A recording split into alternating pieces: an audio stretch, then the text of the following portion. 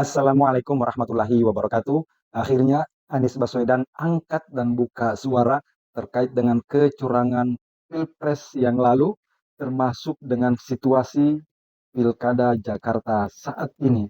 Langsung saja kita saksikan apa yang disampaikan Pak Anies Baswedan. Tapi yang mana yang lebih menyakitkan, kalah di pilpres atau tidak bisa bertanding di pilkada sama sekali? Kalau buat saya tidak ada soal sakit dan tidak, karena ini adalah satu proses yang kita semua tahu bahwa di ujung akan ada yang ditetapkan sebagai terpilih dan tidak terpilih pasti. Jadi sesuatu yang kita tahu masuk ke pertandingan badminton, kita tahu satu akan ditetapkan sebagai champion dan satu akan ditetapkan runner up, itu tahu kita. Iya. Tak mungkin dua-duanya champion. Iya. Ya. Jadi, nah begitu juga ketika pilkada. Iya. Tapi saya jadi ingin mengomentarin dulu. Itu kan kalau memang bertanding, tapi kalau nggak diizinkan bertanding mana bisa Ya. tahu kan? Nah, yang pilkada nih. Iya. Yang pilkada, saya rasa gini, ini adalah warning tentang demokrasi kita. Ini bukan tentang pribadi Anies apa tidak, ini warning tentang demokrasi kita. Ketika kita memilih untuk memiliki kehidupan demokrasi, dan itu adalah pengelolaan negara yang modern dengan prinsip-prinsip demokrasi. Bahkan ada yang monarki pun dengan konstitusional monark, kemudian ada proses demokrasi. Iya. Demokrasi adalah pengelolaan modern. Nah, demokrasi ini harus dijaga. Salah satu cara menjaganya adalah proses pemilu dan lain-lain. Itu satu. Wasit, pengelola itu netral. Yang kedua, selalu ada ruang untuk ada yang bertanding. Jadi selalu ada lawan kan? Yang ketiga, selalu ada aturan main yang digunakan secara tetap. Tapi kalau wasit dikendalikan, penyelenggara dikendalikan, satu. Yang kedua, lawan ditiadakan. Yang ketiga, aturan main diubah-ubah, berarti ini demokrasi kita dalam bahaya. Jadi, ketika kejadian-kejadian terjadi, maka yang dalam bahaya itu demokrasi kita. Ini bukan soal Anies. Ini soal demokrasi kita. Kalau kita ingin kehidupan demokrasi kita sehat, maka dalam proses itu tiga-tiga ini dijalankan. Bahkan kalau kita bicara demokrasi secara umum, minimal ada tiga hal yang harus ada. Satu, ada ruang untuk oposisi. Kedua, ada kebebasan untuk berbicara. Ada kebebasan untuk media. Ketiga, ada pembagian kekuasaan. Eksekutif, legislatif, yudikatif. Minimal itu. Walaupun ya, Miss Mary, yang namanya definisi demokrasi itu ada lebih dari 560 definisi. Ya. Tapi minimal ini. Jadi, ketika tadi dibilang ada yang ditahan untuk tidak bisa ikut proses. Bukan hanya di Jakarta, di banyak tempat terjadi. Ini artinya kita harus mengkoreksi. Bila ini dibiarkan terus, maka yang terancam itu kehidupan demokrasi kita. Dan kalau demokrasi kita yang rugi siapa? Yang rugi rakyat. Betul. Yang rugi rakyat. Dan itu tidak boleh dibiarkan. Saya ini catatan. Dan meminjam analoginya Pak Anies, yaitu ibaratnya sudah punya tiket, tapi nggak ada boarding pass-nya, nggak bisa terbang. Dan proses-proses seperti ini, itulah yang kemudian kemarin banyak sekali pengamat, orang-orang yang peduli terhadap proses demokrasi, mempertanyakan komitmen demokrasi oleh pemegang kewenangan. Ketika pemegang kewenangan itu memberikan ruang kepada partai-partai politik untuk menjalankan kewenangannya, kan partai-partai politik punya kewenangan, maka demokrasi hidup. Tapi ketika itu tidak, maka demokrasi tidak berjalan dengan baik. Apa konsekuensinya? Kita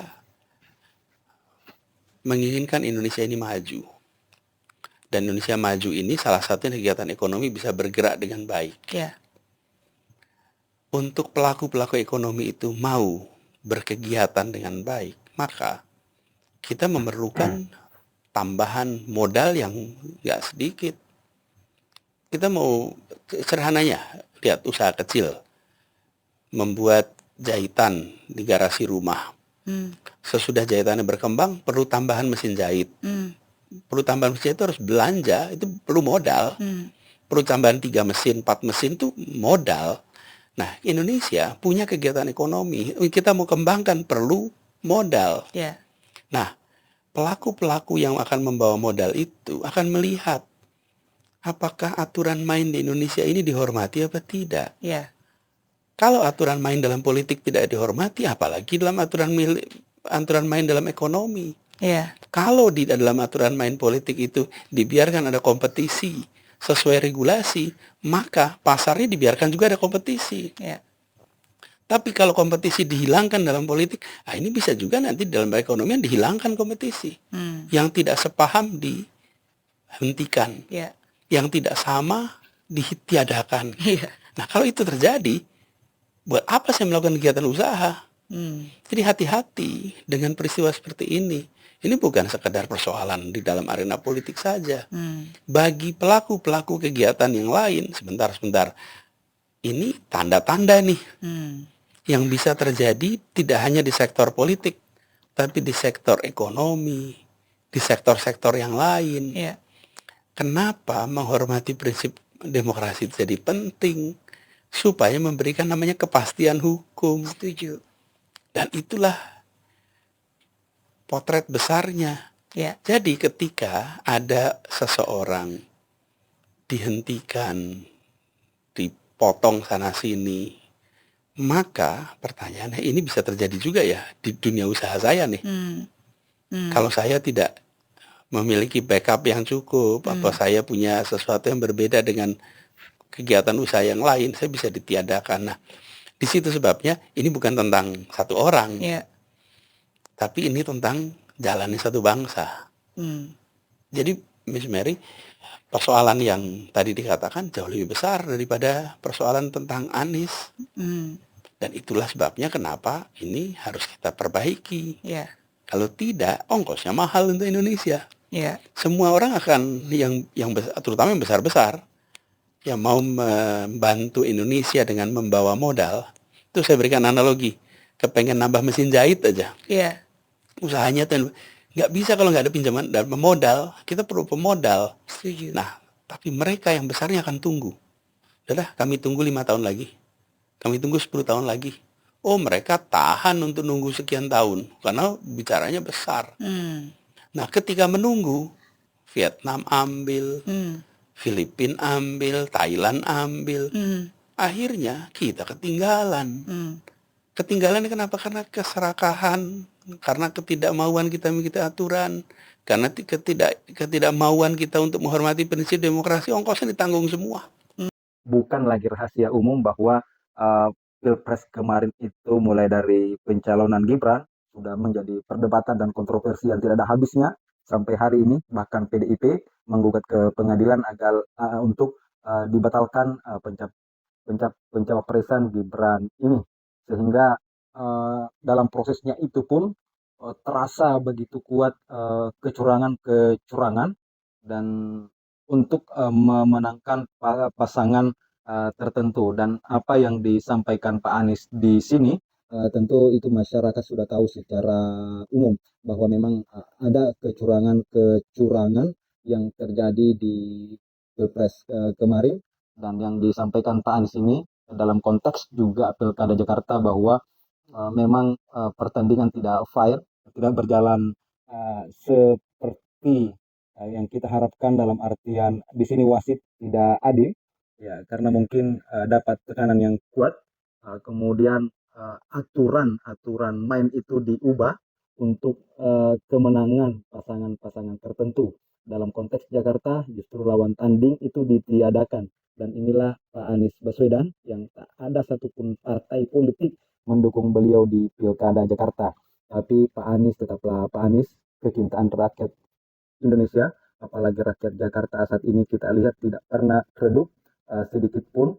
Pak Anies makin dikucilkan, makin dibusukkan namanya, masyarakat Indonesia makin mencintainya, dan tidak ada tokoh di negeri ini yang setiap kali ingin dijatuhkan maka pada titik itu sebaliknya Pak Anies justru namanya makin melejit.